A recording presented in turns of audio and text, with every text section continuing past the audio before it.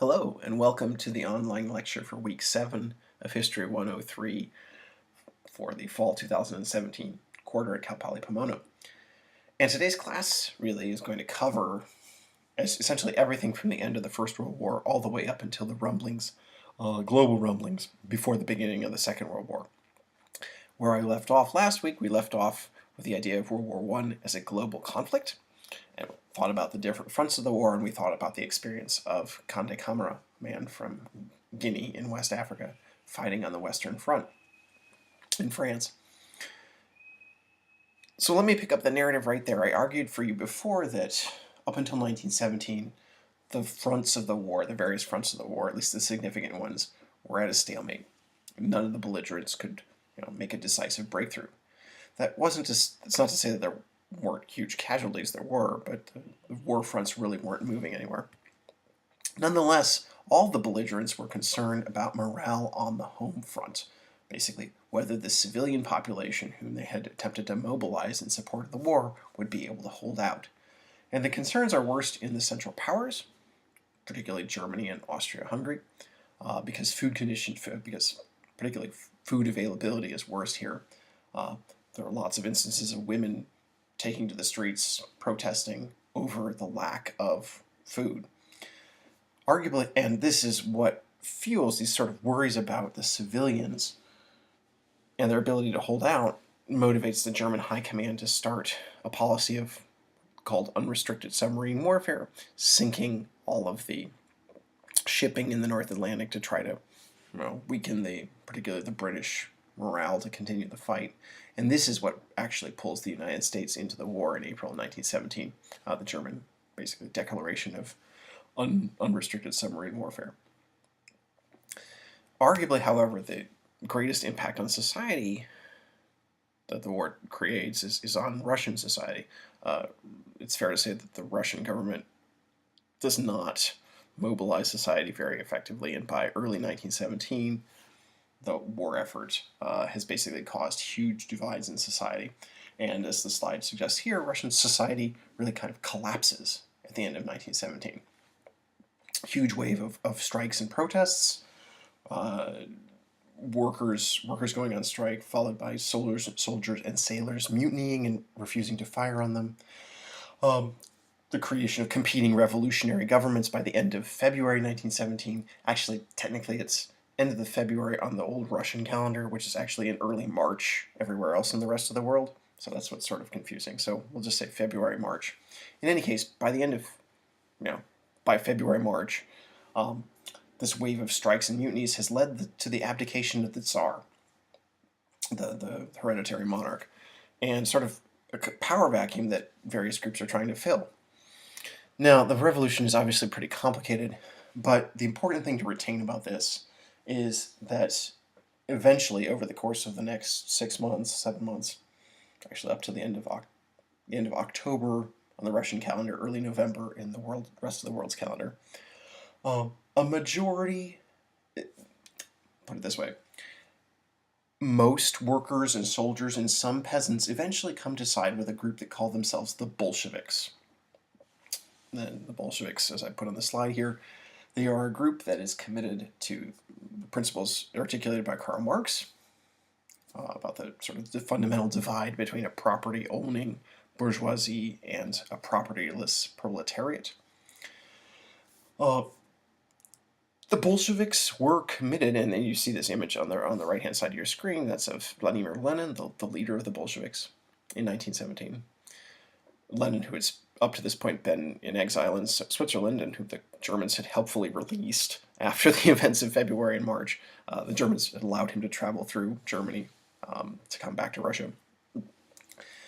The Bolsheviks commit themselves to the idea of rule by the lower orders of society, workers, soldiers, peasants, and eliminating people who held property from political power. That's, I think, a fundamental hallmark of the Bolsheviks, and a big part of their appeal at the beginning. They also relentlessly opposed the war. They argued that it was disastrous for Russia to keep fighting in the war, whereas the various other groups that are competing for power after February, March of 1917 are kind of wishy-washy about whether to continue the war or not. And so this opposition to the war gives the Bolsheviks what I would call revolutionary street cred. People, their message is appealing for a certain sector of society. And so the Bolsheviks seize power outright at the end of October in the Russian calendar, early November in the rest of the world's calendar, 1917, through a series of dramatic events in what is now St. Petersburg and in Moscow. And you can, by the way, I want to call your attention to this really cool website that's been set up called project1917.com. You should check it out. It basically treats the Russian Revolution, which is in its 100th. This is the centennial of the Russian Revolution right now. Basically treats this as if it were happening right now, with a series of live tweets from people like Leon Trotsky, and a cool video on the right there, Who is Lenin? So check it out if you have the time. I think it's really cool. Anyway, the Bolsheviks seize power, and pretty shortly thereafter they're going to pull Russia out of the fighting of the First World War. The Treaty of Brest-Litovsk, signed in February 1918.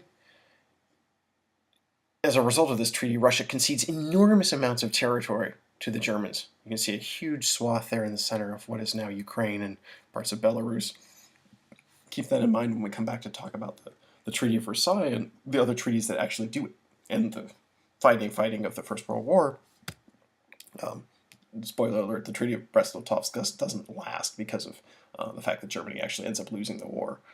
But keep in mind this idea that Germany wanted to claim a lot of Russian territory at the end of the war, as an example of maybe an alternative way of understanding the Treaty of Versailles. I'll come back to that point in a second.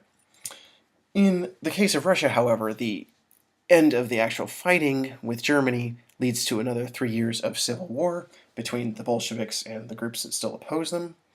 The Bolsheviks eventually win, but it's a fairly messy process. And that's all I'm going to say about that for right now.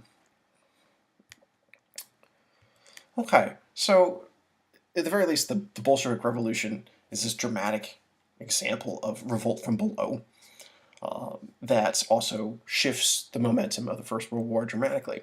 Because in 1918, now the Germans can move a lot of their troops back to the west because they don't have to fight on the front against the Russians anymore. And from the German point of view, it's imperative to pull them west as quickly as possible to try to win the war before significant numbers of American troops begin to make it to France. And so the Germans launch a huge offensive at the beginning of 1918, and by May they've reached, they're within 35 miles of Paris. But the tide turns, momentum shifts, and by the end of August, the Entente powers, France and Great Britain, now the United States, have recaptured territory, all the territory that they lost in the spring. As August turns to September, the Germans are being pushed back across the board. The army concludes that the war can't be won, and so it fairly cynically asks for an armistice which comes to pass on November 11th, 1918. The war in the West comes to an end. The bulk of the fighting ends here. Now, the other fronts of the war that I talked about in the previous class, those are all sort of wrapping up at the same time, although not exactly on November 11th. What can we say about the settlements that follow the end of the fighting here? I've already suggested that, first of all, the settlement between Germany and Russia goes away because the German state that signs that agreement no longer exists by November 1918.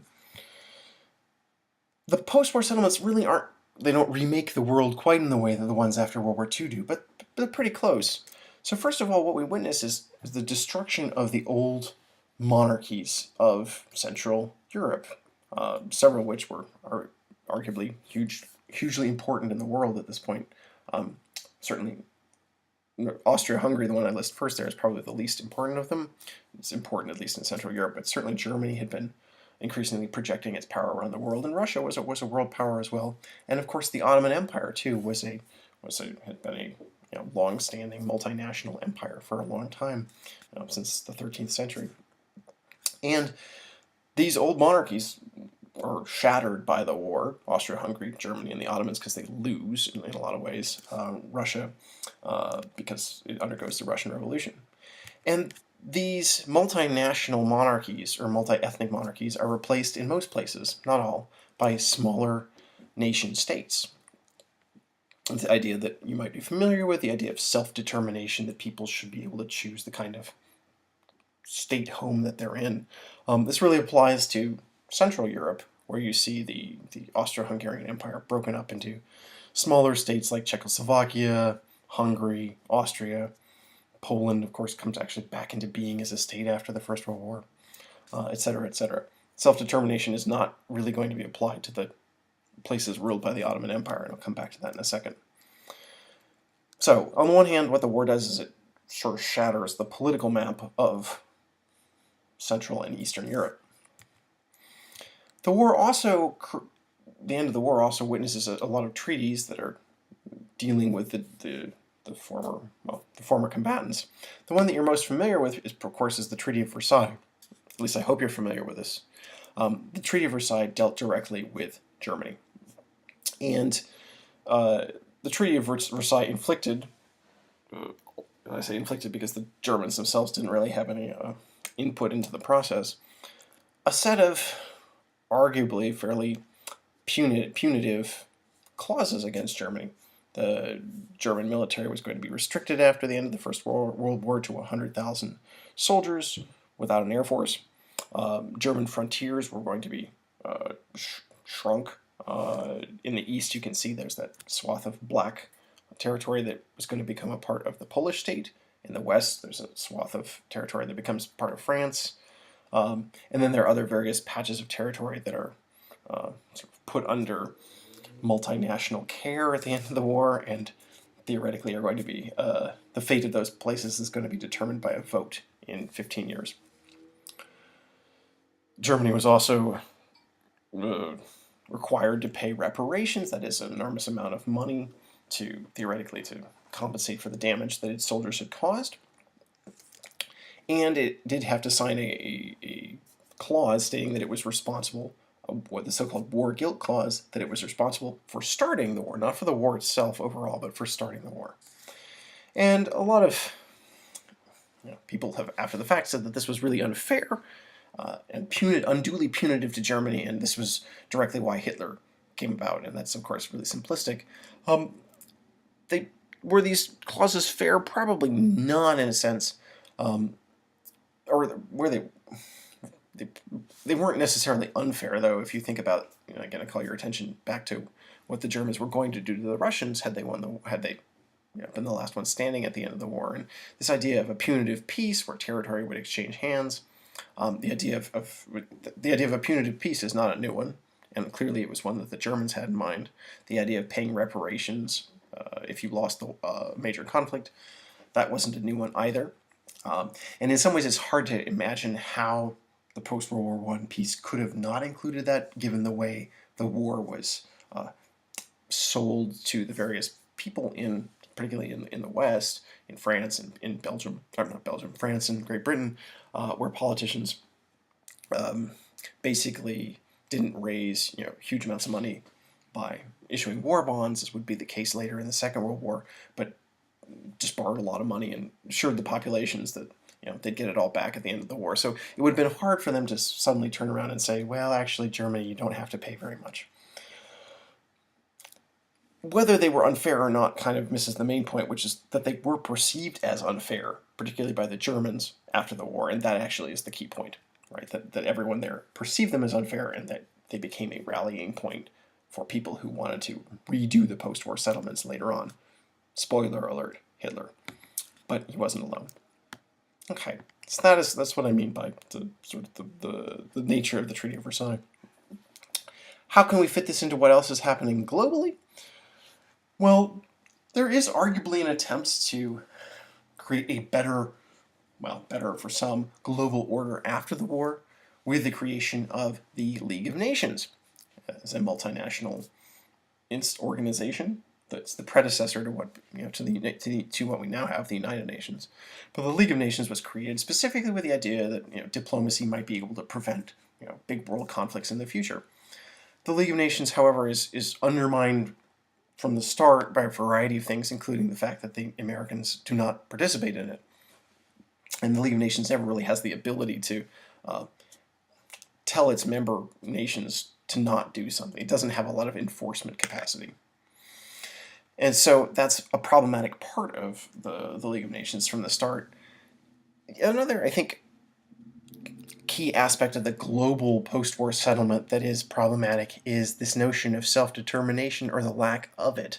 I pointed out that some of those old empires, Central Europe, splinter into new nations, as framed by this idea of self-determination. Well, there is no self-determination for much of what used to be the Ottoman Empire, which gets split up into a series of smaller places. The Republic of Turkey, sort of the rump of the old Ottoman Empire, and then the British Mandate of Mesopotamia, the French Mandate of Syria, and the British Mandate of Palestine, which are theoretically governed through the League of Nations by Britain and France. They kind of become de facto colonies for those two powers.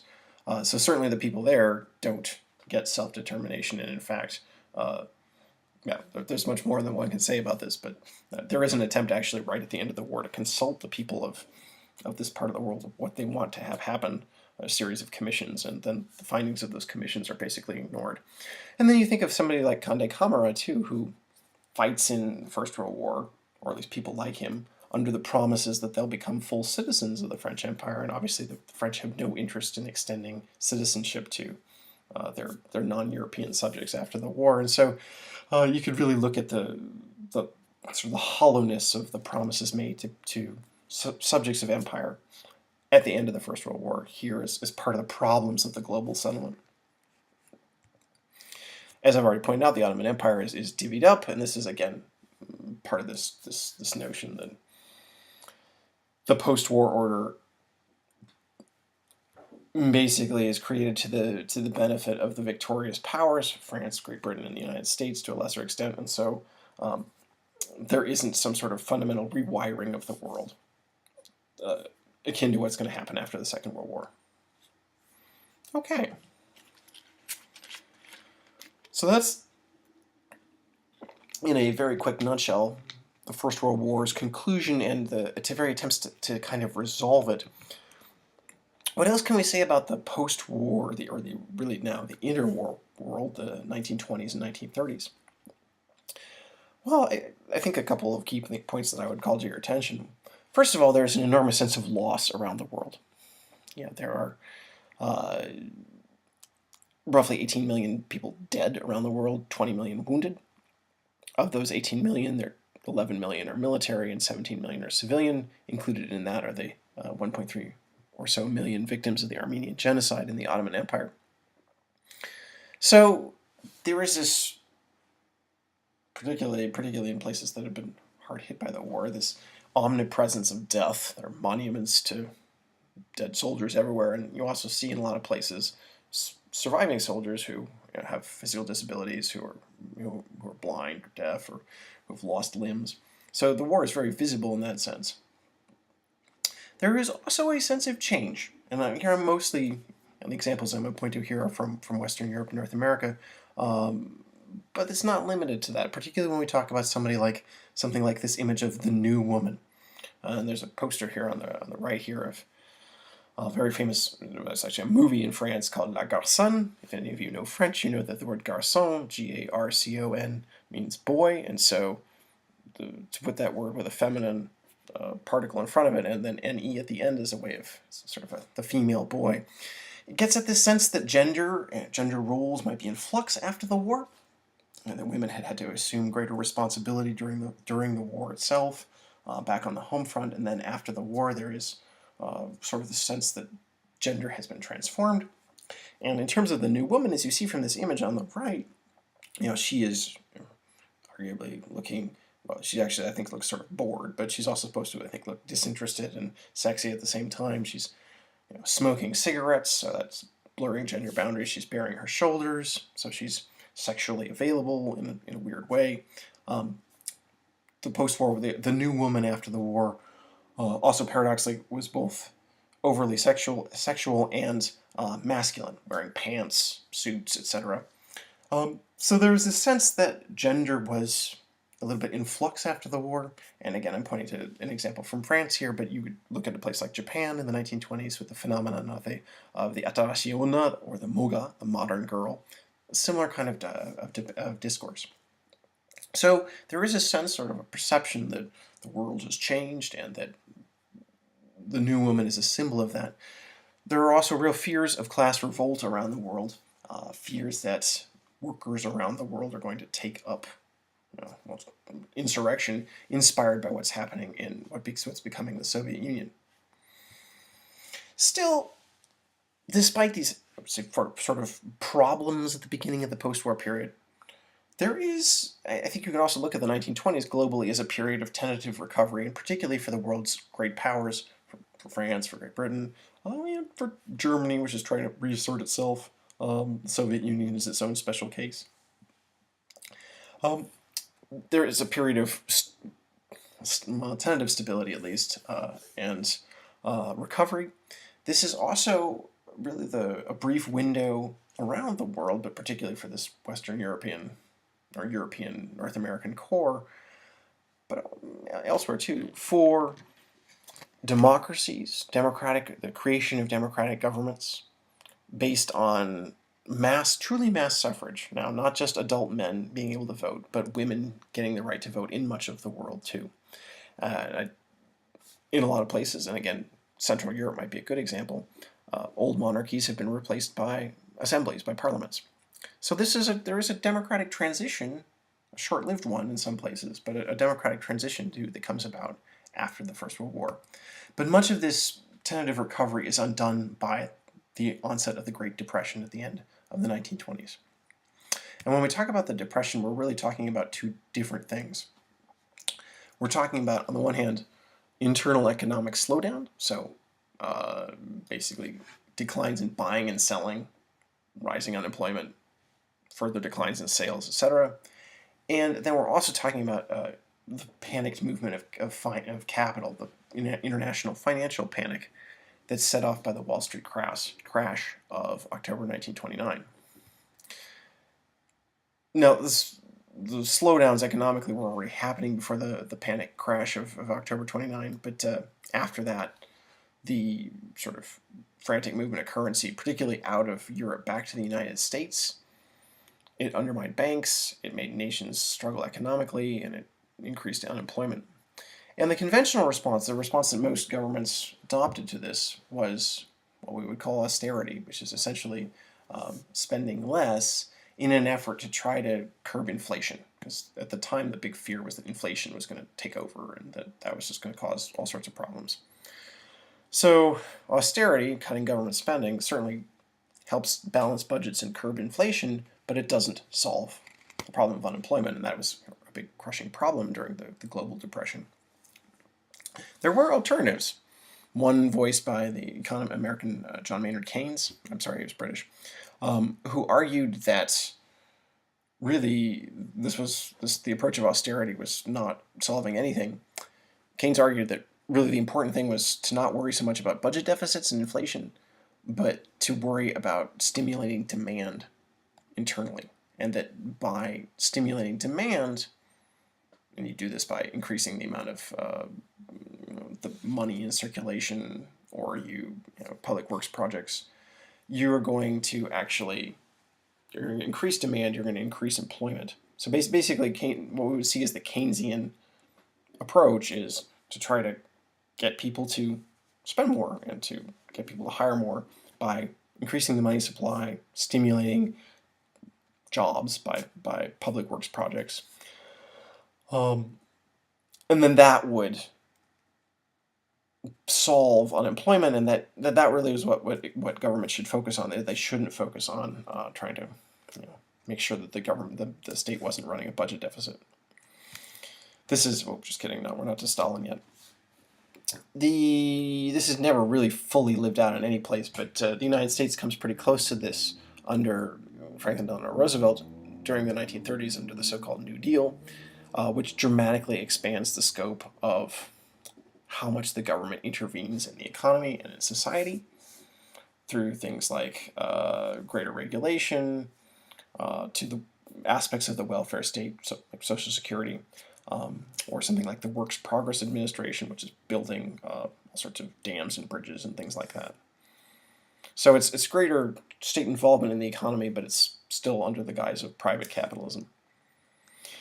Arguably, this isn't entirely what saves the United States from the Depression. Arguably, what pulls the U.S. economy out of the Depression entirely is the Second World War. But that's sort of another part of the story. Okay, so the point here is that the war, certainly the First World War, is traumatic. There is a period of tentative recovery around the world that is put under real pressure by the Great Depression.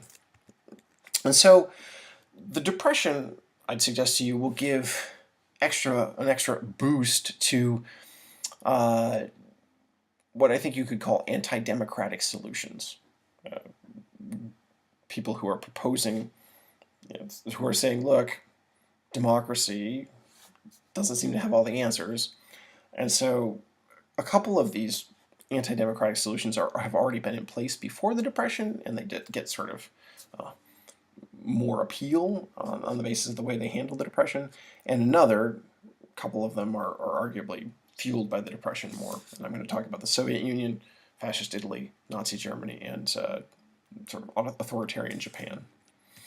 Soviet Union, this charming individual here on the right, Joseph Stalin, who is fully in charge after the revolution. There's sort of a messy civil war period that I already mentioned. Lenin, the initial leader of the revolution, will die, and then it's Stalin who comes to be sort of the leading voice by 1925. And under Stalin, the Soviet Union will set about less about exporting revolution abroad. During the immediate Russian Revolution, there's an attempt to sort of go conquer Poland and other parts nearby.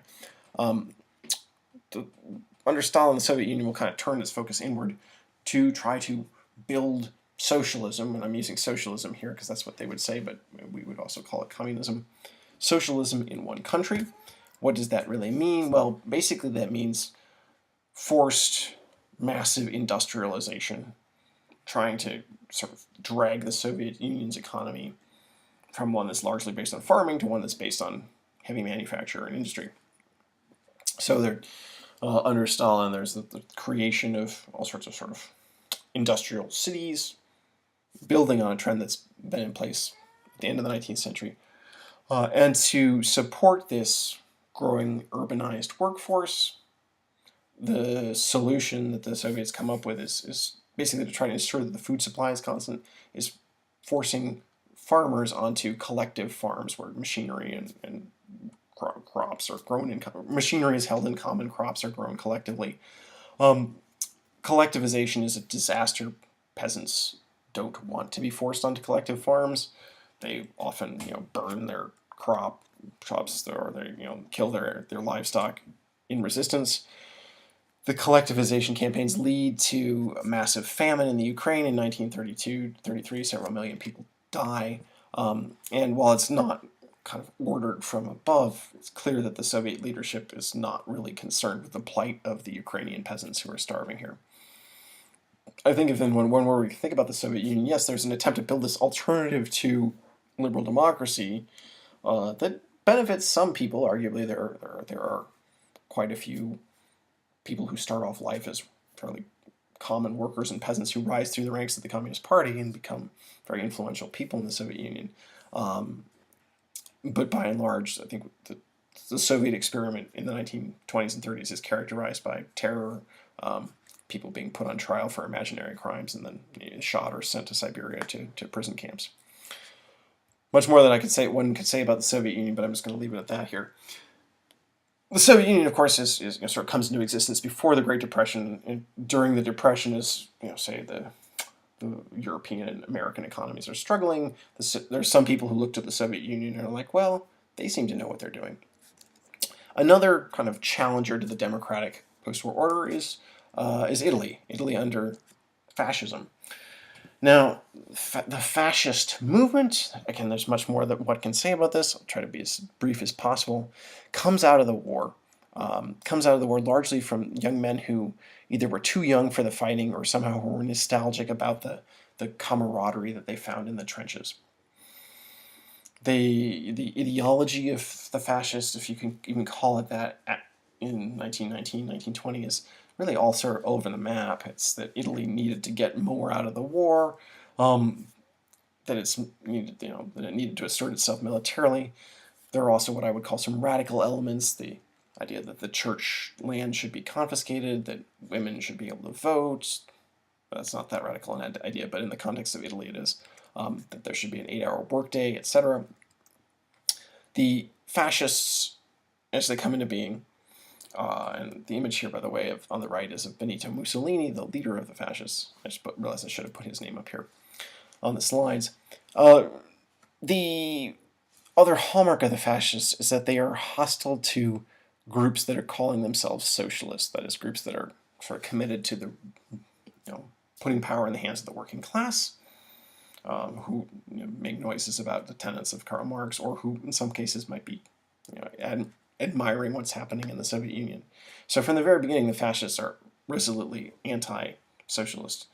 And they get their big break in 1921 when there are some big strikes going on in farming areas of Italy.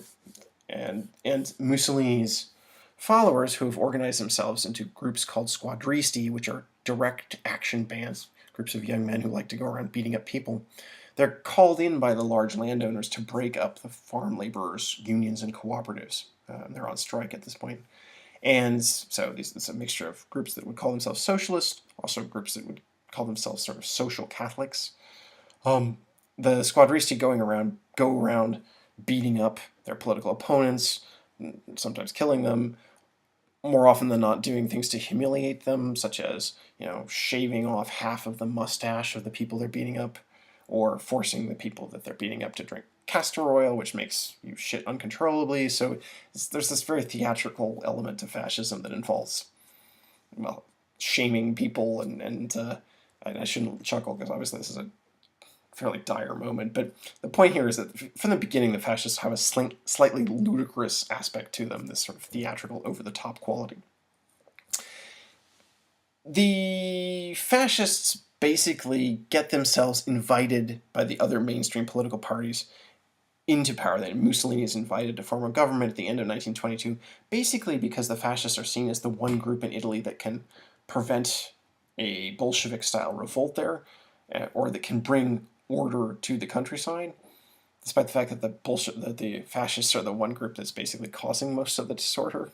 So that the fascists basically present themselves as the solution to the problems that they're busy creating. In any case, it works, and Mussolini's fascists are invited into government. After a couple of years of compromise, the fascists proclaim a one-party dictatorship by 1925. By the end of 1926, all other political parties except the fascists have been banned. So fascism becomes a one-party dictatorship under the leadership of Mussolini, but this being Italy, the fascists are never quite able to kind of command the undivided loyalties of Italians. There are other institutions and groups, the monarchy, the church, the Catholic Church, obviously, the army, that still kind of share power with the fascist party, and so fascism never completely transforms Italian society. Nevertheless, it's another anti-democratic challenger that is already around by the time of the Great Depression that gets a little bit more, I wouldn't say credibility necessarily, but it's seen as a kind of a viable answer in the 1920s to the problems of democracy. Of course, probably the most significant anti-democratic challenger of the interwar period is Nazism, which is an acronym for National Socialism. Again, we could have an entire course on Nazism, so I'll try to keep this really brief. The National Socialists, like the fascists, came out of the First World War experience basically as a group of ex-veterans who missed the violence of the trenches, or young men who were too young to have fought in the war, who thought it might have been exciting. Adolf Hitler himself is fights in the German military during the war. And so it comes out of the war experience in the sense that it reflects this hunger for violence and the brotherhood of sort of direct action. Its elements are a weirdo mixture of all sorts of stuff. I say it has socialist elements to its platform, and by that I just mean that it has elements to its platform that theoretically advance the interests of the working class. They have rhetoric that opposes big capital and big business, and they call for nationalizing some industries. But the other key hallmark of the Nazi platform as it emerges in 1920, 1921 is are really racist, nationalist elements to the idea that citizenship was limited to, well, it was defined by your ethnicity, your blood. Thus, Jews were excluded from being German citizens. So from the beginning, I say excluded here, that doesn't mean violently murdered, right? So the point here is that as this kind of fringe group is creating its ideology, there's not really a grab bag of ideological planks, but there is sort of this language of advancing, attacking big business, but also sort of restricting who belongs within the nation to people who aren't Jews.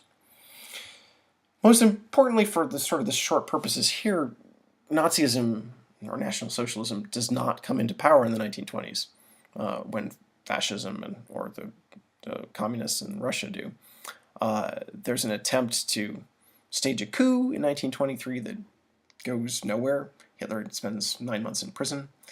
And so Nazism does not actually come to power until nearly a decade later, to 1933, and here it's aided directly by the Great Depression.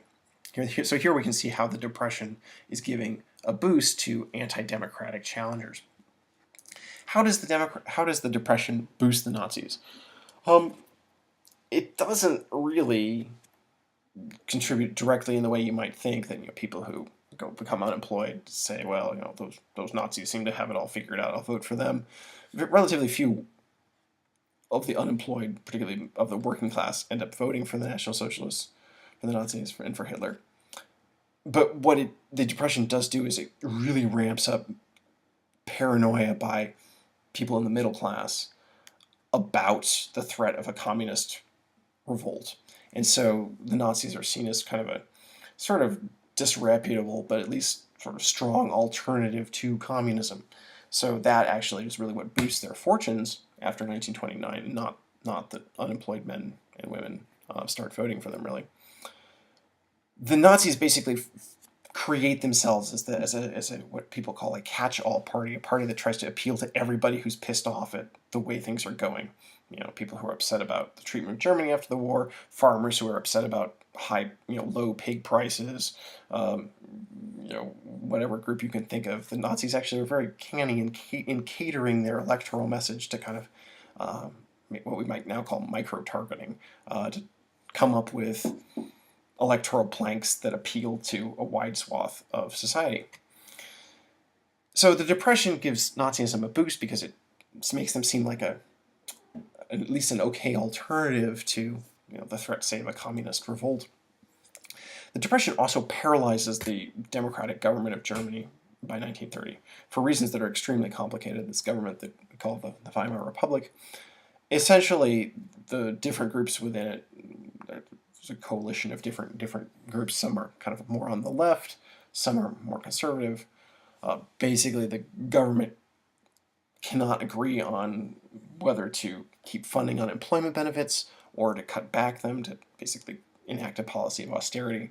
The American banks that have lent Germany a lot of money in the 1920s want the German government to prioritize balanced budgets and austerity, and so they want the government to not spend on unemployment benefits. The socialists and the Catholics within the coalition and the ruling coalition don't want to cut these benefits, and so the government's paralyzed. Essentially, then Germany is already being run by decree. The parliament is kind of bypassed already by 1932, and essentially the conservatives in Germany begin to see the Nazis as useful allies who have mass appeal. Basically, they think that they can manipulate the Nazis. They think that Hitler is sort of a weird, is both dumb and weird. And he's weird, but he's not dumb. And they think that really that this is the way to kind of move forward. And so Hitler is asked to be chancellor by the head of government at that point in January 1933. Overall, the point I want to make here about Nazism, just to recap, is that And the party really gets transformed by the Depression into this mass party, the party that speaks to the grievances of all sorts of different groups. The Depression also makes the ruling, well, makes it impossible to run Germany under the democratic system that's in place, and basically because there are significant sectors of the political elite who don't really want Germany to be a democracy, and particularly among those conservatives, those conservatives see Hitler as kind of the crazy person they can work with, who has a significant mass base who can kind of propel them into power. Well, they miscalculate, because certainly after January 1933, Hitler and the National Socialists move rapidly to consolidate their hold on power. This is a process in German that's called Gleichschaltung. It's a term from electrical engineering that means switching currents, and it's sort of the label for switching Germany from a democratic current to a Nazi current. And what it entails is a mixture of repression, that is to say, harsh treatment, violence directed at political enemies, and paradoxically, community building. So repression, that's should be fairly obvious. Fairly shortly after the Nazis come to power, they are going to destroy their political opponents, basically by banning other political parties. They send political prisoners to an emerging set of prison camps, concentration camps, not extermination camps, but concentration camps. They also are going to, basically clean out their own party in the sense of throwing out some of the groups that are maybe not fully on board with Hitler's agenda. They will also do things like attack other institutions in society that might challenge them. So trade unions see their assets dissolved and consolidated into a Nazi-run trade union. You could look at all sorts of other aspects, sort of Boy Scouts, other civil groups that kind of get either shut down or Nazified. I have on this slide attacks on internal opposition. That means essentially, purging members of the Nazi Party who are now sort of not seen as fully on board. Initially, the Nazis, sort of, at least after they come to power, kind of downplay their anti-Semitic, their anti-Jewish rhetoric, because there is a sense that a lot of Germans found it kind of distasteful, and when the Nazis in fact try to have basically a public boycott of Jewish businesses in the first month after they come to power, it fizzles out because people don't like the messy aspects of it. Nazi street thugs breaking windows, etc. Germans, however, are willing to tolerate the slow erosion, the slow, basically wiping out, that's the wrong word, but the slow diminishing of a visible Jewish presence in Germany via laws, and I put here virulent anti-Semitism, but really what that means are increasingly blatant measures that strip German citizens of Jewish descent of their ability to work, to own businesses, to hold certain offices.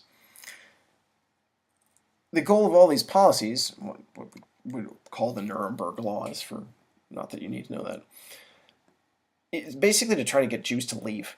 And we're talking about a fairly small population, about 0.5% of the German population, so about 500,000 people before 1939. So up until 1939, there is certainly anti-Semitism in Germany. It's intended to try to make German Jews miserable and to slowly sort of shrink their ability to do things, just work, to be part of civil society. It's not murderous violence, and that's really the novelty of the act of the war itself.